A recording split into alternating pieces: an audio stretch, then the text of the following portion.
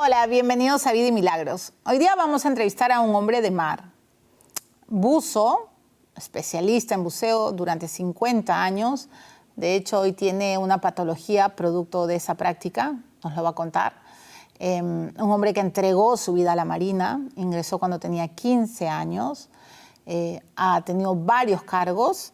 Por ejemplo, fue fundador de FOES, de las Fuerzas de Operaciones Especiales de la Marina, llegó a ser director de la Escuela Naval del Perú, por supuesto llegó a ocupar el cargo de jefe del Estado Mayor del General de la Marina, ha sido congresista, ha sido vicepresidente del Perú durante el segundo gobierno de Alan García, así que imagino que ya saben de quién estoy hablando, Luis Alejandro Gianpietri Rojas. En estos últimos días, el almirante Gianpietri ha hecho una defensa cerrada, precisa y contundente de la Marina de Guerra y, por supuesto, hay quienes dicen que tanta contundencia pues, provocó, entre otras cosas, la renuncia de Héctor Béjar a la Cancillería de nuestro país. Bienvenido, almirante Gianpietri. ¿Cómo está usted? Gracias, Milagros, por esta oportunidad de contarte un poco de mis cosas. Correcto. Siempre les digo a mis invitados que vamos a navegar por un océano de sinceridad, de transparencia, y como usted es un hombre de mar, pues creo que va a ser fácil. Es fácil, aunque puedo sumergirme de vez en cuando. Hablemos de eso, de sus aficiones. ¿Desde cuándo se declara un hombre de mar?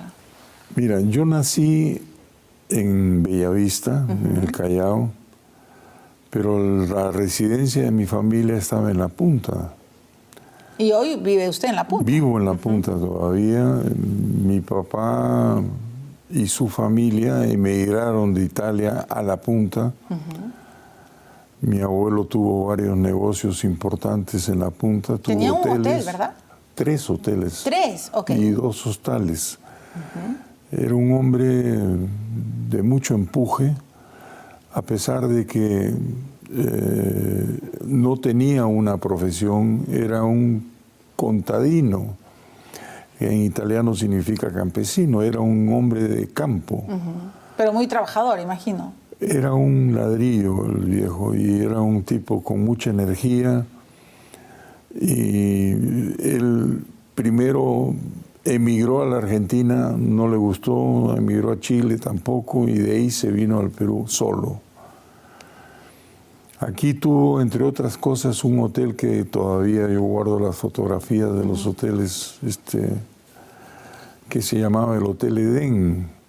¿En dónde? En la Plaza de Armas de La Punta, frente a la iglesia. Ajá. Este hotel, los planos los hizo Eiffel. Era un hotel muy moderno, muy bien hecho. ¿El que diseñó la torre en París? El que diseñó la torre de París, que hizo, entre otras cosas, la pensión esa de Iquitos. Tenía un poco de parecido a esa casa de fierro de Iquitos en la forma. Hotel. Algo de eso tenía. O sea, entonces, digamos, por el lado paterno, usted siempre ha vivido en La Punta, es un hombre de La Punta, de hecho nunca se alejó, y a los 15 años ingresa a la Marina. Dicho sea de paso, no fui muy original, porque yo quería ser médico. La verdad es que la medicina ¿Quería siempre... ser médico? Sí, ya la medicina 2. Siempre me ha apasionado. ¿Y por qué no lo logró? Porque era muy caro ser médico. Ajá. Entonces, ¿Y usted era pobre? Mi papá era un hombre... Mi abuelo murió cuando tenía 54 años, 57 años. Hubo un incendio en La Punta, se quemó ese hotel principal y el hombre entró en trompo y al poco tiempo se murió. Pero mi abuelo siempre pensaba en que nosotros debíamos romper un poco el rumbo de su familia. Él venía de un sitio que se llama Sant'Hilario d'Enza, que está a unos 20 kilómetros de Parma. No somos genoveses, de origen genovés. sino son pocos los que son de esa forma, la mayoría. Lo único que conozco de Parma es el prosciutto de Parma. Demasiado rico. Es riquísimo, Sí. engordante. Me acaba de antojar. Entonces... y él quería que usted rompiera ese hilo, esquema y claro, que tuviéramos una profesión. Y le metió eso a mi papá. Mi papá era un hombre muy activo. Ajá. Fue campeón nacional de 100 metros planos. Yo tengo... En el Perú. Acá en el Perú. Wow. Fue el mejor jugador de waterpolo que tuvo el Perú también acá. Era un hombre de mar. Y uno de los pleitos que yo me acuerdo, no me acuerdo porque me lo han contado después, es que me llevó chiquito, antes de caminar, yo aprendí a nadar. Antes de caminar, Él a los metió, meses lo sumergió. Me metió en el mar Wow. y me jalaba de los pelos, dice, y mi mamá lo vio, casi lo cuelga cuando lo Claro. vio. Pero la punta hay que entenderlo como era el sitio. Entre Lima y Callao no había nada, habían haciendas nada más. Estaba la hacienda Aguilar, la hacienda Concha, la hacienda San José, y todo el resto era... Yo sé eso bien porque yo estudié después en el colegio, en el centro de Lima. Entonces los buques se fondeaban en la bahía y los oficiales era muy problemático llegar a la punta en tranvía. Y aparecieron en los mensajes navales ofertas para becas al extranjero. No sé si tú has visto Men of Honor, una película. Sí. Yo estudié en esa escuela primero, de Escafandra, Grandes. Sí, claro. Esa historia es real. A mí me la contaron allí. Había una tremenda discriminación contra los negros en ese momento y este fue el primer buzo negro que hubo en la Marina de Estados Unidos. Un curso muy duro. ¿Ahí fue que se especializó para ser buzo? Ahí me presenté y entré. ¿Cuántos años tenía? Estuve un año ahí. Ahí tendría 22 años. Pero no los sé. FOES son como los... Es otra cosa. Es parecido en algunas cosas. Ya, pero digamos, usted fue fundador de los FOES. Claro. Pero los FOES son como los que pueden todo, ¿verdad? O sea, los los SEALs, que le llaman los... Claro, los Marines, los Bravos. No, los Marines no. Los SEALs. SEALs. Pero sí estoy hablando mal, pero digamos, en las películas, los SEALs y los FOES son los que son capaces de sumergirse en un pantano, horas, sobrevivir, no sabes cómo, y ¡fum! Salen y siguen, ¿no? Ese curso lo hice después, porque originalmente la beca que me iban a dar era del buceo profundo, salvamento, que era esto, de la escafandra y todo Sí. eso.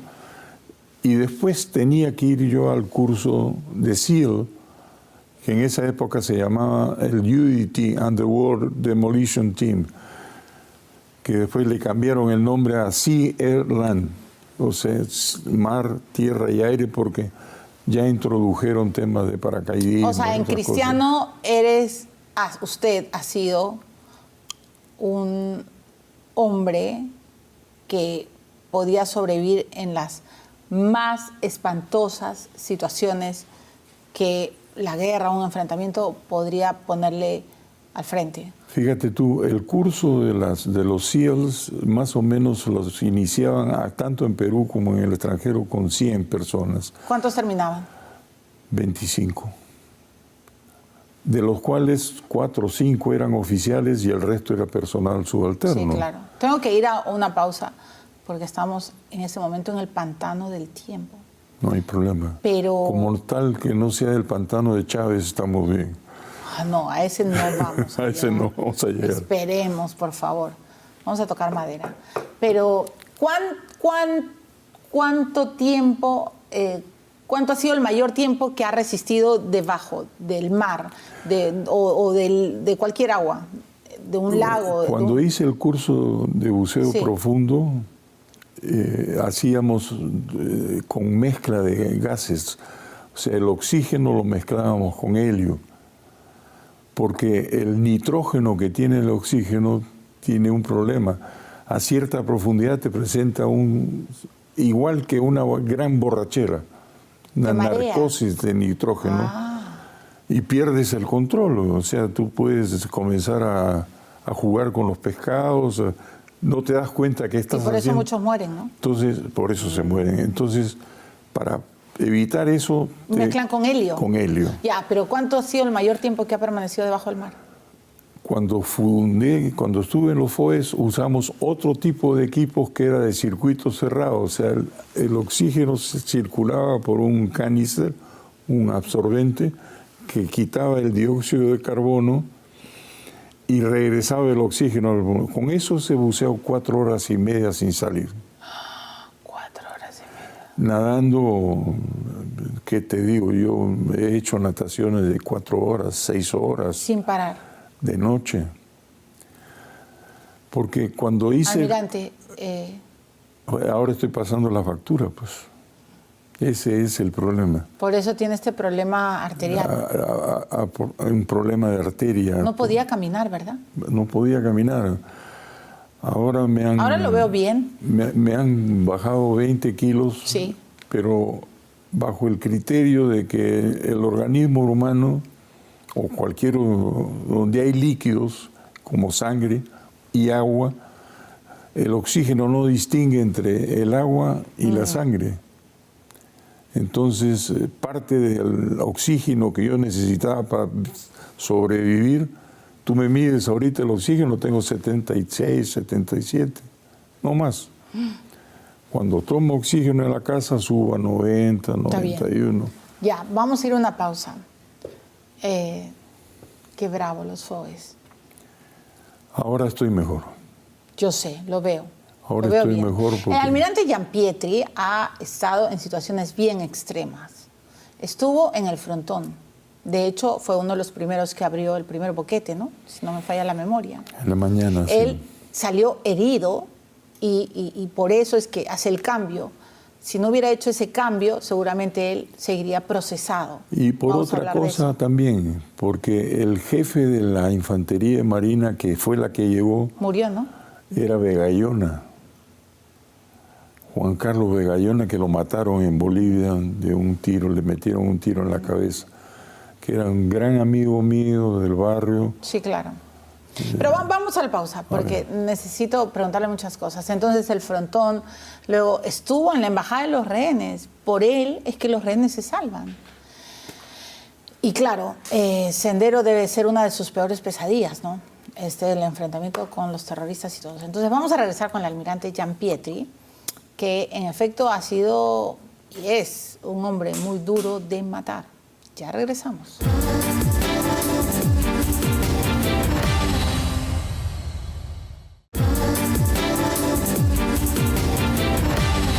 Estoy entrevistando al almirante Luis Giampietri, ¿no es cierto? Luis Alejandro Giampietri de Así es. Rojas. ¿Se define usted como un guerrero?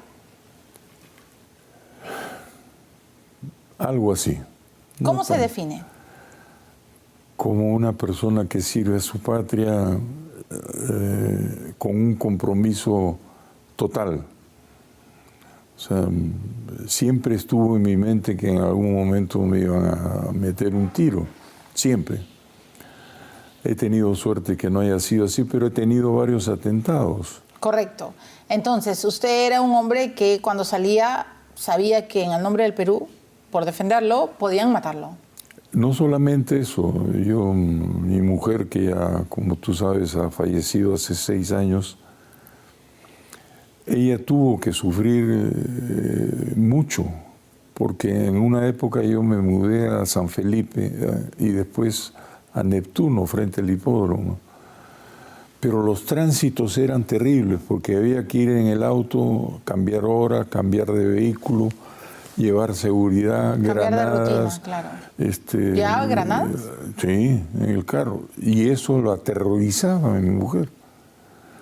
Entonces... ¿Y usted no tenía miedo de morir? Yo sí, siempre he tenido. Pero yo pienso que la muerte es un capítulo natural de la vida. En algún momento te tiene que llegar.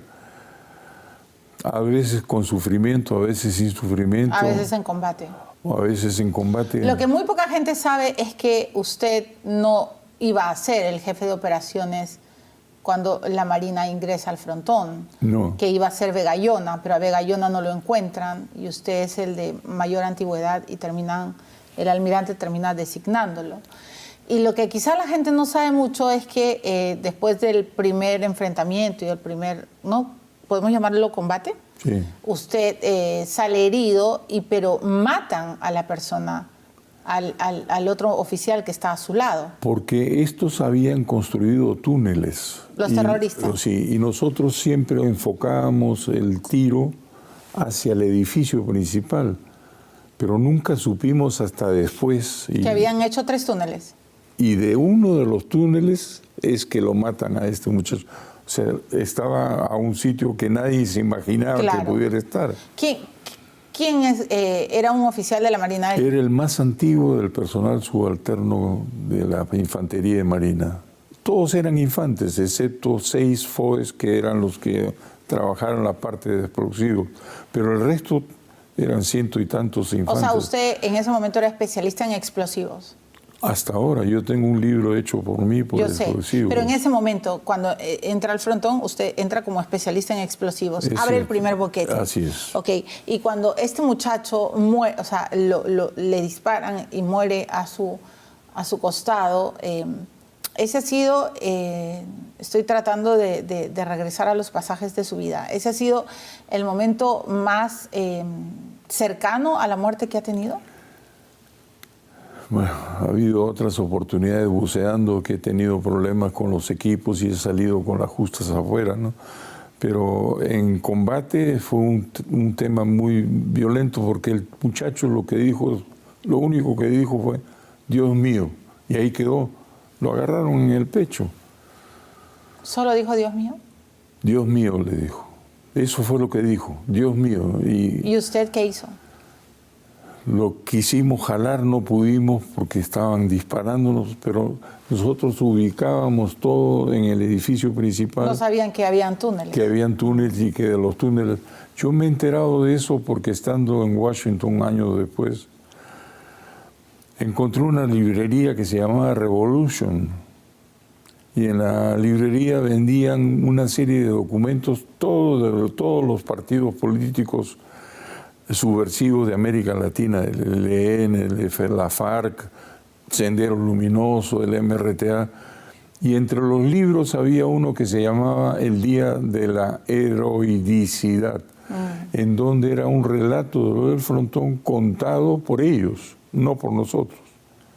Y ahí dicen de dónde le dispararon a este muchacho. Desde el túnel. Y después tuvimos varios heridos, ¿no? Porque ellos fabricaron lanzallamas. ¿Cómo entró ese material ahí? Nadie se ha podido imaginar. Claro, pero por el frontón los marinos enfrentan un juicio que ya tiene 38 años, ¿no? Este año cumplimos 38 años. Ok. Si a los que los han enjuiciado, a mí no, como digo, no. A usted lo toman como testigo. Y han hecho una trampa el Tribunal Constitucional, porque hicimos una prescripción del juicio, porque los juicios prescriben después de ciertos años. Pero luego fue considerado de lesa humanidad y se reabre. Y cambiaron la sentencia. Correcto. Bueno, me gusta.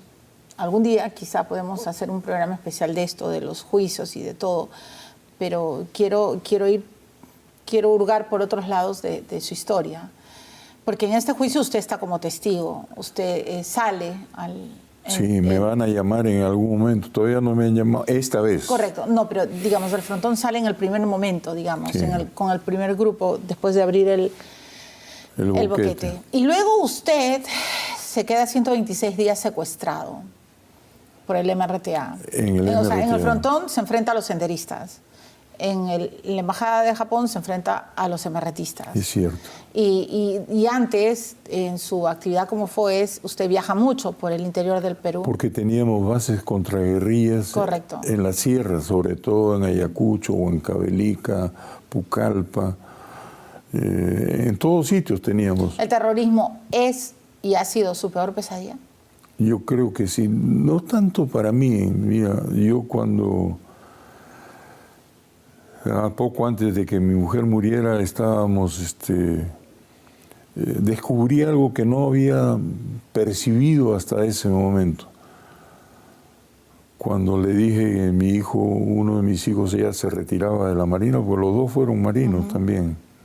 Mi hermano, mis sobrinos, los dos. Uno de ellos es un almirante de la Marina que acaba de escribir un artículo muy fuerte. Una carta muy fuerte. Y el otro pero también, defendiendo el honor de la Marina, sí, ¿no? el otro Ante también, los agravios de Béjar. de la otra hermana también era marino. Entonces nuestra familia siempre ha estado metida en este ambiente. Pero ¿y qué le decía usted a Lida? Y mi mujer me dijo, yo le dije que salía pues mi hijo de la Marina.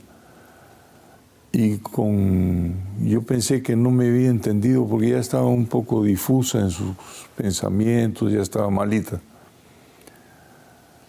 Y le digo, ¿no me has entendido? No, sí te he entendido. ¿Qué quieres? ¿Que lo maten a tu hijo? Ha estado 5 veces en el mar. 5 veces. Lo hemos perdido de vista por 3, 4 meses porque estaba metido en el monte. ¿Qué quieres? ¿Que lo maten? Déjalo, que él decida.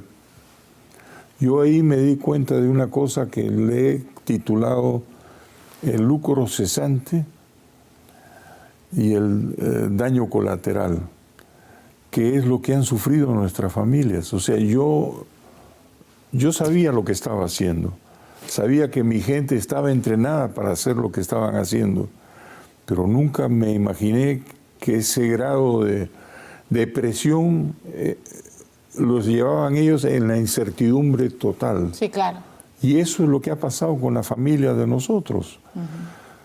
Todos los que hemos tenido gente nuestra trabajando, y tenemos hasta ahora gente trabajando ahí. Mi sobrino acaba de salir de la Marina, ha estado en el BRAE un montón de veces, ha sido jefe del BRAE. Eso genera una incertidumbre y angustia absoluta en la familia. A la familia. O sea, ese ha sido el daño colateral de Lida Marcela. ¿Cómo le decía, Lida o Marcela? Marcela. Marcela. Sí. ¿Y cuál ha sido el daño colateral en su vida? El daño colateral en mi vida, bueno, ha sido este tema de la arteria pulmonar que ha presentado una obstrucción y me dificulta la respiración, me dificulta caminar. Curiosamente, cuando nado no me canso, pero si camino sí me canso. No sé si habré hecho branquias en algún momento, ¿no? Pero algo así tiene que haber pasado. De repente es el hombre de la Atlántida y no, ¿se acuerda de la serie? Sí, sí, sí. Marcela es la ausencia de Marcela es el dolor más grande de su vida. Sí. ¿Hoy? Llegamos a cumplir 50 años, 2 semanas de casados. Era una mujer sumamente inteligente, perceptiva, con una capacidad de visualizar las cosas en el futuro tremenda, y fue una gran consejera, gran consejera. ¿Qué es lo que más extraña de Marcela? Sus bromas. Como buena piurana, era muy bromista, y sus dichos, churre, guagua, cosas que nosotros aquí no usamos, sí, ¿no? A veces le decía, ¿qué me quieres decir con lo que me estás diciendo? Sí, los piuranos hablan con unos términos con otros términos distintos, sí, ¿no? Y era muy bromista. ¿Y usted es bromista? ¿Cómo? ¿Usted es bromista? Sí. Bueno, a veces, ¿no? Tengo un genio medio enredado porque... Pero los marinos cuando lo ven a usted, pero se plantan, yo he visto. Bueno, muchos de los oficiales que están ahora al final de la carrera, yo estuve 3 años como director de la Escuela Naval. Claro, por eso es, porque es el director. Pero también es porque los FOES siempre inspiran como mucho respeto, ¿no? Es cierto, ¿no? Es cierto. Hemos tenido lástima que muchos se van. Se lo jalan mueren por la cuestión de... Pero también muchos mueren, ¿o no? De seguridad. De nosotros no. ¿No? Ah, se lo jalan las empresas de seguridad. Sí, el número de bajas de los FOES es mucho más bajo que lo que han tenido otras fuerzas como infantería. Correcto. Porque la diferencia es que nosotros tenemos, ahora ya no es así con la infantería, porque también ya son profesionales, Nosotros entramos como fue y nos vamos como fue. Correcto. Tengo que ir a la pausa, pero solo en una línea. Contésteme esta pregunta. Cuando un FOE sale a hacer una operación, ¿cuál es el lema?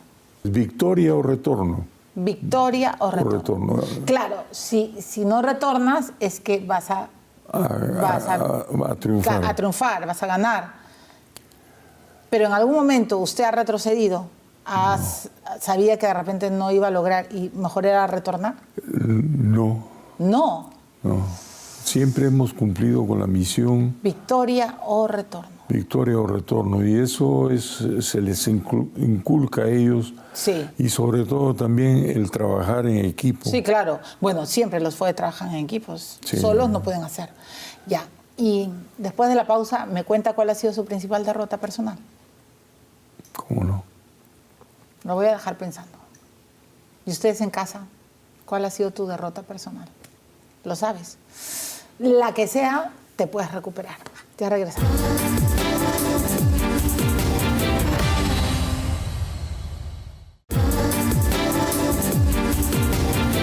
Muy bien, estamos nadando con el almirante Gianpietri, estamos navegando en el océano de su vida. Bueno, faltarían varios programas, pero a ver, vamos a tratar de hacer un pequeño resumen. ¿Cuál ha sido usted me ha dicho, los FOEs, victoria o retorno? Así es. Ok. Y usted me ha dicho que nunca retornó, o sea, siempre fueron exitosas sus operaciones. ¿Cuál ha sido su derrota personal? ¿Cuándo ha sentido de que se me he estaba sentido hundiendo? triste de Sí, esa, eso. cuando he visto morir a la gente. He visto a un par de paracaidistas míos que de caída libre que no se les abrió el paracaídas y los he visto caer en el suelo. Miércoles. Es algo terrible. ¿En pleno entrenamiento? En pleno entrenamiento. Me muero. ¿Y usted era el jefe? Estaba de jefe. Ah, no, me muero. Y los he visto y he visto los esfuerzos del muchacho por abrir el paracaídas. ¿Y por qué no se abrió? Mal, porque los paracaídas de salto libre, ellos mismos los hacen, los ensamblan. Dios. Y en otra ¡Qué oportunidad. impotencia! ¡Qué impotencia! Y gritaba el chico, me voy, y Dios. bueno, es feo ver eso. Y en otra oportunidad hacemos muchos saltos nocturnos y al mar. He visto caer a un oficial mío que hizo un mal procedimiento y se descolgó del paracaídas y se vino 70 metros al agua. El impacto que dio en el agua fue algo realmente monstruoso y hoy día ese muchacho es paralítico. Ay, Dios. O sea, ese tipo de cosas Claro. te conmueven enormemente. Entrar en las olas, en las rompientes de noche como en bote, cuando la ola los voltea y no sabes si han salido todos del agua.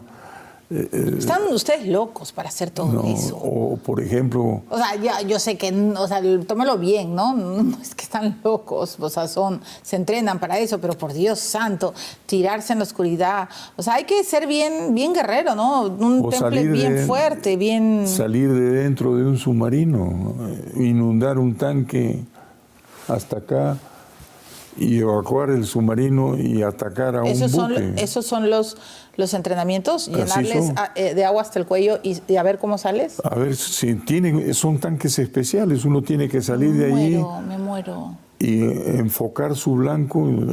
Por ejemplo, he estado en la Argentina, hice mucho de esto, porque el curso de FOES lo hice en Argentina. Almirante, no cualquiera puede ser un FOE. ¿Ah? No cualquiera puede ser un FOE. Pocos se gradúan, como digo. Digamos, si usted pudiera nombrar 3 requisitos para ser FOE, ¿qué me diría? Tiene que ser una persona serena. Ya. Tiene que tener un estado físico envidiable. Espectacular. Envidiable, espectacular. O sea, ya voy fallando los 2. Y tiene que tener discernimiento en qué es lo que vas a hacer. Porque la misión te la dan. Pero si tú no puedes llegar a cumplir tu misión exacta, tienes que tener tú mismo y dar discernir qué vas a hacer. Discernir qué vas a hacer. Claro. ¿Cuál ha sido la misión más complicada de su vida como marino? Bueno, el escape de submarinos, porque el escape de submarinos implica no solamente salir del submarino en algunos casos, sino encontrar al submarino de noche, lanzarse en paracaídas y caer al lado del submarino para poder introducirse en el submarino e ir a la misión. O sea, es un... Claro, o sea, lanzarte y encontrar, porque para seguir escapando. Para seguir escapando. Y después, las nataciones, yo he nadado sin parar, 7 horas, sin parar. ¿En dónde? Mi padre, en el Callao, en la Argentina. Sin parar. Sin parar, en aguas frías. ¿Y cómo hacía para que, Dios mío, bueno, lo primero que pienso, ¿y los calambres? 2 kilos. ¿Y los calambres? Bueno, uno va agarrando, pues, claro. físico, ¿no? ¿Y de qué ha escapado en la vida? ¿De qué? ¿De qué ha escapado? Bueno, de la embajada. En la embajada yo no quiero irrogarme el mérito total, porque hubo mucha colaboración de algunos de los que estaban conmigo, y eso hay que reconocerlo. Y de la mayoría, una cosa importante que creo que serviría de efecto visual de lo que deberíamos pensar como Toledo y Díez Canseco llegaron a un arreglo con los senderistas y salieron por la puerta falsa con un documento que decían cosas feas del gobierno. ¿Toledo y Díez Canseco llegaron a un acuerdo con los senderistas? Claro. Igual que el señor Sagasti, que yo me he enterado después de eso, ¿no? Pero igual salieron... ¿A usted le pareció pésimo que Sagasti les hiciera firmar un papel? ¿Por terrible, porque creo yo que no era un mérito pedirle un autógrafo a un terrorista, ¿no? Serpa era un sanguinario. Serpa tuvo por lo menos 25 hombres presos, entre ellos yo he escuchado los testimonios del hijo de uno de ellos. Año y medio metido en un hueco de 2 metros por 1,80 m, con la luz prendida, con una radio todo el día y solamente comiendo pan y agua. Un hombre que pesaba 90 kilos salió con 35 kilos, con todas las enfermedades que ya no existen. Nunca se bañó, hacía sus necesidades en una taza. Eso fue Serpa. Año y medio metido un hombre en un tubo. Y tuvieron al señor Delgado Parker, al señor Onrubia, al señor Iraoka.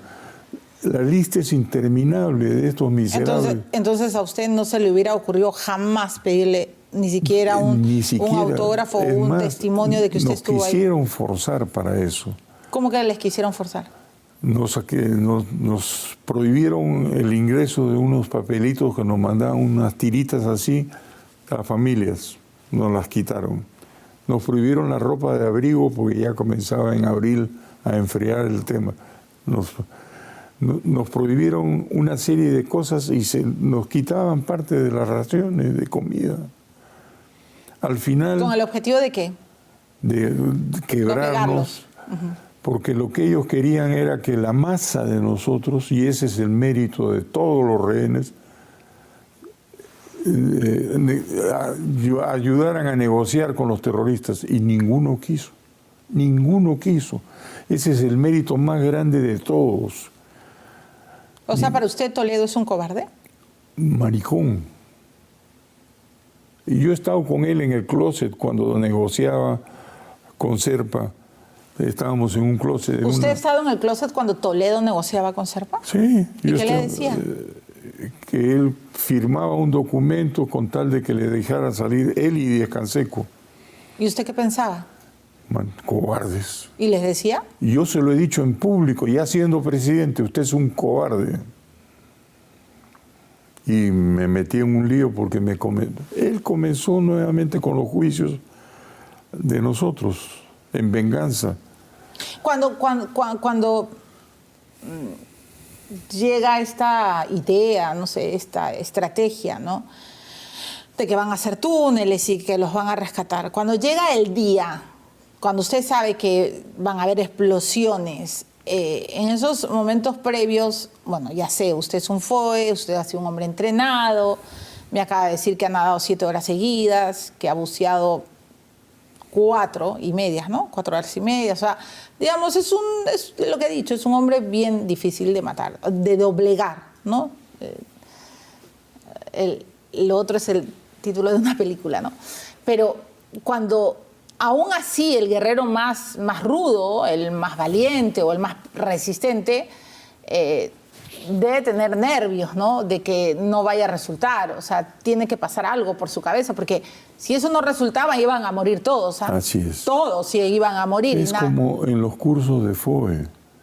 Tú entrenas a la gente y lo llevas a situaciones muy extremas. Correcto. Por ejemplo, última... Pero ese momento, no se vaya, almirante, no se vaya de esa escena, que se la deben haber preguntado y usted mismo la debe haber repasado muchas veces. No sé si le han preguntado esto, pero en ese momento previo, cuando ya sabe lo que va a ocurrir y usted ha preparado a la gente, ¿no? Y yo me había preparado, porque nosotros contábamos con que el 30% de nosotros, según las estadísticas, iba a morir en un rescate violento. ¿Y qué le decía usted a los rehenes para entrenarlos? Porque no eran FOEs. No. Porque eran hombres que solo están tratando de salir, de resistir, de vivir. Antes, ¿qué les decía usted para...? Nada. 10 minutos antes, el 90% de ellos se enteraron de que nos iban a rescatar. 10 minutos antes, o sea, no fue que... Okay. No. ¿Y qué les dijo? Vienen por nosotros. Porque yo había pasado un mensaje... Yo sé. Diciendo de que o nos sacaban o nos íbamos, porque teníamos 2 planes de escape. Y me dijeron, vamos a lograr usted el día D. El día D. Entonces, aguante. Y ahí yo me enteré de que nos iban a rescatar violentamente. Teníamos idea, porque a veces... Pero ahí recién se enteró que los iban a rescatar violentamente. Entonces usted reúne a todos y les dice, ¿vienen por nosotros? No, me pasan de la dirección del grupo de inteligencia, me pasan una serie de acciones que teníamos que tomar. Y 48 horas antes, 24 horas antes, hacemos un ensayo entre el grupo pequeñito que manejábamos que sabía el tema. La información. A qué horas sabríamos, qué hacíamos, dónde iba la gente, que no hay que caminar por los pasadizos, que fueran a los camarotes, que se tiraran al suelo, que no presentaran ningún gesto violento, porque la reacción del hombre que entraba, si tú lees la carta de Valer, te das cuenta de eso, de la cantidad de histamina que tenía ese hombre metida. Él, cuando escribe esa carta, dice, si ustedes leen esta carta hoy, es porque yo ya estoy muerto. O sea, un hombre que puede escribir eso, quiere decir que él tenía también, como nosotros, el pensamiento de que la muerte estaba cercana. ¿Y me quiere contar algo de lo que dice su carta? Bueno, me despido y espero que haya sido un buen padre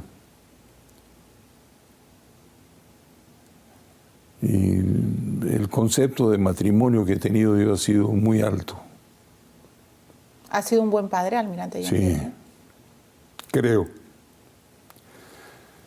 que no, a mí no me lo tendrías que preguntar, sino a mis hijos, ¿no? ¿Ha sido un buen esposo? Sí. Mi matrimonio fue un matrimonio feliz. Marcela le hizo feliz y usted hizo feliz a Marcela. Sí. Y en su carta también escribe si lo hizo bien. Sí, también. Le pregunto a ellos si la cosa funcionó o no funcionó. Sí funcionó. Claro que funcionó. Porque mis hijos son muy cercanos a mí. Sí. Añoran a su mamá muchísimo. ¿Qué herencia les deja a sus hijos? Mis hijos son muy solidarios, los 3, los 4. El mayor, el más seco, Marcela no era que hablara mucho, pero era puntual en sus cosas. Mi hijo mayor es así. Mi hija menor es como yo, así, brava. Ella va a las manifestaciones, armalíos. Usted es bravo, ¿no? Ya no, ya me cansé de ser bravo. Y al final me hago una pregunta en las noches. ¿Cuál es? ¿Habrá valido la pena hacer lo que he hecho en mi vida para terminar muriendo en la playa? Espero que no. Espero que no. No creo que sea justo. Si Dios es justo, y creo que lo es, tendría que dejarnos la posibilidad de que podamos seguir adelante con este país que es tan hermoso. Acá dicen, pero usted viene de familia de afuera. Sí, vengo de familia de afuera. Pero mi abuelo era campesino, también campesino. O sea, en cristiano, usted lo que me está diciendo es que todas las noches se pregunta si habrá valido la pena todo lo que hizo para estar observando el abismo en el que estamos. Estamos en un abismo grande y creo que de esto tiene culpa la mal llamada sociedad civil, que se han descuidado de sus funciones. Nosotros hicimos nuestra parte. La guerra la ganamos, metimos presos a los dos líderes, pero la sociedad civil no remató políticamente esto, y eso está viniendo, y sabiendo que esto venía, porque creo que ya te he comentado en alguna oportunidad. Perdón. Te he comentado en alguna oportunidad que esto no es una novedad. Ah, no, claro. Pero entonces usted cree que a la sociedad civil nos faltó rematar al terrorismo. Hasta ahora. Ok. Ya estoy en el último bloque, ¿verdad? Sí. Han sido... no. Muchas gracias, señor director. Me falta un bloque. ¿Vamos a la pausa? Sí. Sí, porque es que tengo que hacerle más preguntas, pero... Quiero contarte una cosa chiquita de mis abuelos maternos. Ya. En el siguiente bloque, ¿está bien? Ya. Ya. Vamos al siguiente bloque. Ya venimos. Estamos entrevistando al almirante Gianpietri.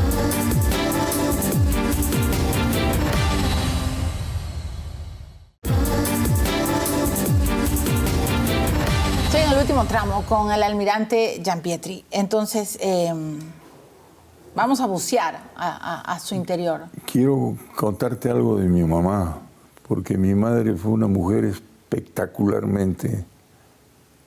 ¿Qué me quiere contar de su mamá? La historia de ella no se ha contado en este país. Mi bisabuelo materno era un franco-canadiense que cruzó la frontera y luchó con el ejército y la marina de la Unión, era marino. Ahí también viene un poco mis ideas de marina. Y estando ahí lo hirieron y se embarcó en un buque mercante y comenzó a navegar por las costas del Perú y otras costas. Y llegó al puerto Eten y conoció a mi bisabuela, que se llamaba Laura Schröder. Era un apellido danés o alemán. Se casaron y a él lo nombraron cónsul de los Estados Unidos y de la China. No me preguntes cómo. Todo eso está escrito. Y allí él tiene sus hijos y viene la guerra con Chile. Y ese es el capítulo que no se ha contado acá. Él impide que la ciudad de Lambayeque y Chiclayo sean quemados y saqueados por Lynch, el general chileno que entraba saqueando los pueblos. Mi abuelo, el papá de mi mamá, viene de Cajamarca, de Celendín, era cajacho, llega a la costa, conoce a mi abuela, se casan y se van a vivir al puerto Eten, al administrar uno de los 5.000 metros de ferrocarril que teníamos en el Perú. Es increíble la cantidad de rieles que hemos puesto acá y que después hemos vendido en este país. Perdido todo, sí. Y después se vinieron al Callao. Y mi papá era jugador del waterpolo, del club Longo Club, que todavía existe hasta ahora. Entonces, todo esto para decirme que tus abuelos eran quizá más o tan guerreros como usted. ¿Tan o más guerreros que usted? Sí, mi bisabuelo fue un guerrero. Claro, Y de ahí viene, pues. es más, su nombre está en la Sociedad de Fundadores de la Independencia, miembros clasificados de la patria, vencedores del 2 de mayo de 1860. Ahí está el nombre de mi abuelo. Pero esa historia, que fue parecida a la que hubo Guise acá en el Perú, en Lima, no se ha contado.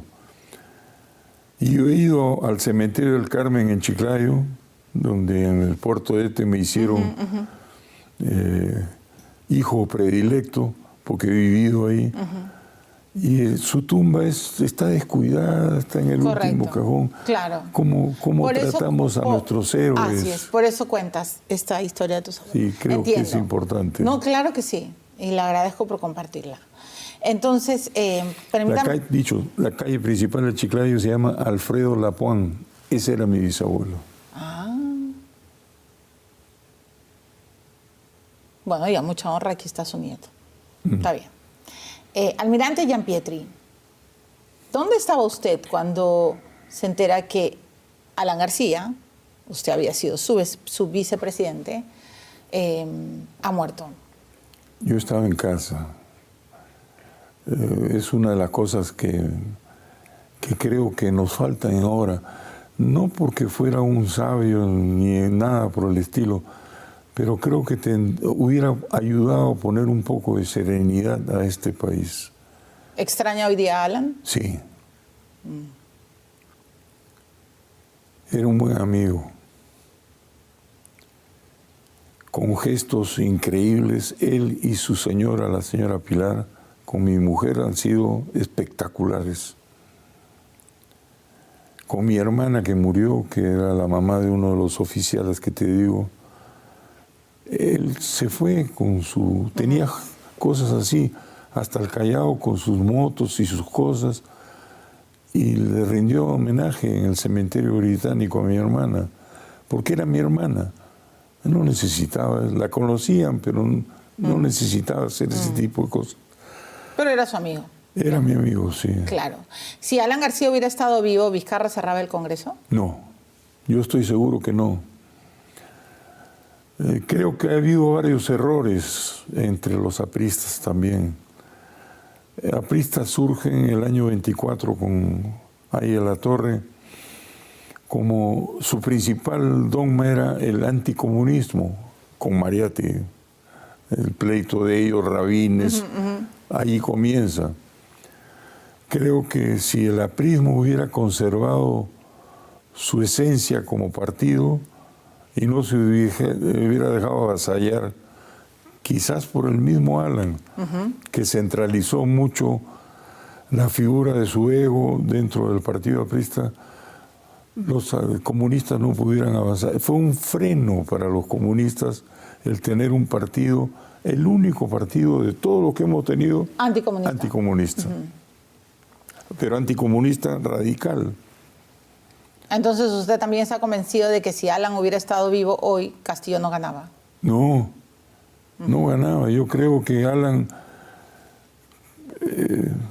¿te acuerdas que en algún momento declaró que él sacaba y ponía a los presidentes? No, él dijo, yo recuerdo esa frase, dijo que él no tenía ese poder como para decidir quién iba a ser el próximo presidente, pero sí podía ayudar a que alguien no ganara, ¿no? A que alguien no llegara a la presidencia. Eso, un presidente sí podía eso es lo que habría hecho este hombre, porque yo he conocido personas cultas, muy cultas.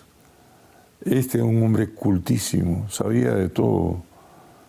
Es verdad, y hoy día creo que no hay un político... No hay un político. Bueno, hay uno que lo metieron preso, a Curi. Curi es un tipo... ¿usted cree que Alex Curi es un tipo brillante, instruido, y que creo que en la vida no lo ha tratado muy bien. Ya salió felizmente. Y creo que tiene algún lugar tendrá como político, espero. Pero a lo que voy es que Alan, yo asistí a una comida, ¿te acuerdas de ese japonesito que le decían a chica precio? Sí. Invitó a una comida en su restaurante Y el que llevó la voz cantante de eso fue Alan. A mí me invitó Alan.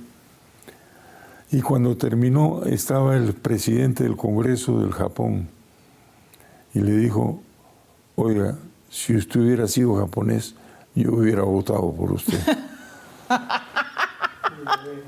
Le creo. ¿No? Claro, había mucha gente que decía, mejor no lo escuchamos a Alan porque me puede convencer, ¿no? Era un encantador, de serpiente, pero era un encantador, ¿no? Creo que como los faquires hindúes, él sabía cómo... ¿no? Ya, mi última pregunta, que es la de rigor. ¿Cuál ha sido el milagro de su vida? Mi familia, incluidos mis padres. Mi mamá, como te digo, fue el polo opuesto a mi padre. Mi padre era muy rígido, muy recio, muy mandón. Se le pasaba rápido, pero mi mamá era la amiga del barrio. Yo le decía, mamá, te van a robar, estás con la puerta abierta. No, acá tengo una caja de caramelos para los muchachos. O sea, era una mujer muy dulce. Campanita. Sí, y tenía a todos los amigos míos que los botaban de su casa, iban a parar ahí. Y mucha gente le decía mamá Rosita, una mujer muy dulce. Entonces, el milagro de su vida ha sido su familia. Sí. Bueno, muy bien. Ya, y con esto sí terminamos. Y esto es una pregunta metafórica, ¿no? Y a la gente que tiene miedo de perder el piso, ¿qué le dice? ¿El piso del mar? El del mar y de la vida. Esto es metafórico. ¿Qué le dice? Siempre hay fórmulas para flotar. Muy bien. Artificios que uno puede utilizar para flotar. Es verdad. ¿No? El temor siempre paraliza. Así es. Gracias, almirante Gianpietri. Tengo que terminar la entrevista. Me voy a quedar con una cosa que he estado pensando y pensando mientras he estado escuchando la memoria del almirante Gianpietri. Creo que a la larga, y en verdad de distintas maneras, nosotros también somos FOEs, ¿no? Porque también luchamos y tenemos cursos de supervivencia en nuestras propias vidas. Así que, no sé, quizá la lección del almirante es que hay que prepararse y victoria o retorno, siempre mentalizados de que vamos a ganar, porque si no, la derrota está... No tiene sentido. Si no, no tiene sentido. Correcto. Se me ha quedado victoria o retorno. Muy bien, gracias. Nos volvemos a encontrar con otro personaje en el próximo episodio. Que estén bien.